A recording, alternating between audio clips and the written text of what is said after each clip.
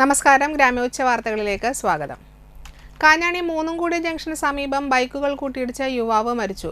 2 പേർക്ക് പരിക്കേറ്റു. കണ്ടശാങ്കടവ് സ്വദേശി ചുങ്കത്ത് വള്ളിയിൽ ജിനോ ജോൺസൺ ആണ് മരിച്ചത്.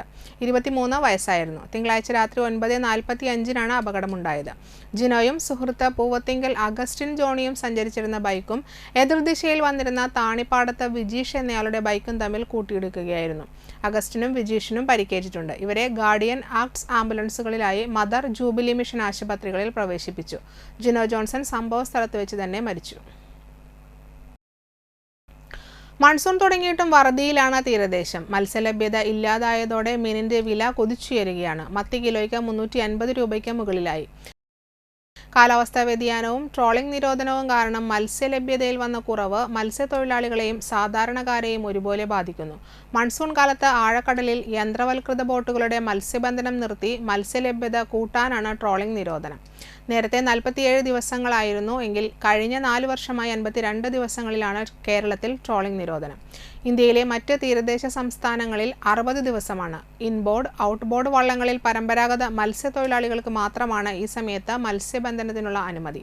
കാലാവസ്ഥാ വ്യതിയാനം മൂലം മത്തി, അയല, നത്തോലി, വറ്റ എന്നിവ കേരള തീരത്ത് നിന്ന് അപ്രത്യക്ഷമായെന്നാണ് മത്സ്യത്തൊഴിലാളികൾ പറയുന്നത്.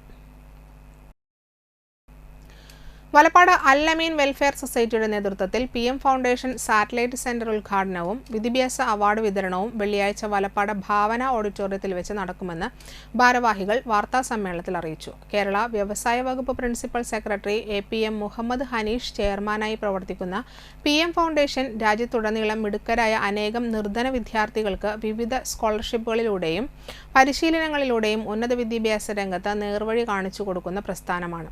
വെള്ളിയാഴ്ച വൈകിട്ട് 3:30 നടക്കുന്ന യോഗം ഡോക്ടർ P. മുഹമ്മദ് അലി ഉദ്ഘാടനം ചെയ്യും.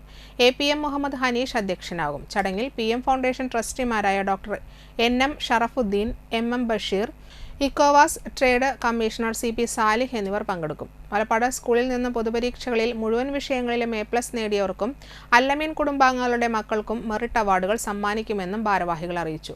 General secretary PH Zainuddin, programme coordinator Mohsin Pandikashala, RJ Naushad, Abdul Gafoor Maliyekkal, Adam Mangatt എന്നിവർ വാർത്താ സമ്മേളനത്തിൽ പങ്കെടുത്തു. SNDP യോഗം പെരിങ്ങോട്ടുകര യൂണിയന്റെ ഈ വർഷത്തെ ശ്രീനാരായണ ഗുരുജയന്തി ആഘോഷങ്ങളുടെ ഭാഗമായി നടന്ന പ്രവർത്തക യോഗം തിങ്കളാഴ്ച യൂണിയൻ ഓഫീസിൽ നടന്നു. യൂണിയൻ പ്രസിഡന്റ് ഹണി കണാറ അധ്യക്ഷനായ യോഗം union secretary advocate KC Satheendran ഉദ്ഘാടനം ചെയ്തു.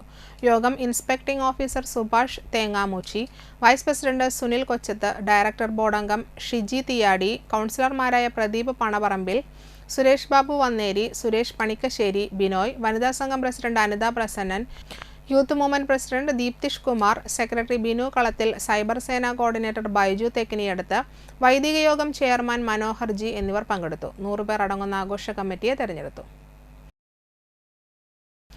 ഡ്രൈവിംഗ് സ്കൂൾ വാഹനങ്ങൾ തിരിച്ചറിയുന്നതിന് മഞ്ഞ നിറം നിർബന്ധമാക്കും. വാഹനങ്ങളുടെ മുന്നിലും പിന്നിലും മഞ്ഞ നിറം അടിക്കാനാണ് ശുപാർശ. ജൂലൈ 3 ചേരുന്ന സ്റ്റേറ്റ് ട്രാൻസ്പോർട്ട് അതോറിറ്റി യോഗത്തിൽ ഇത് സംബന്ധിച്ച തീരുമാനമുണ്ടാകും.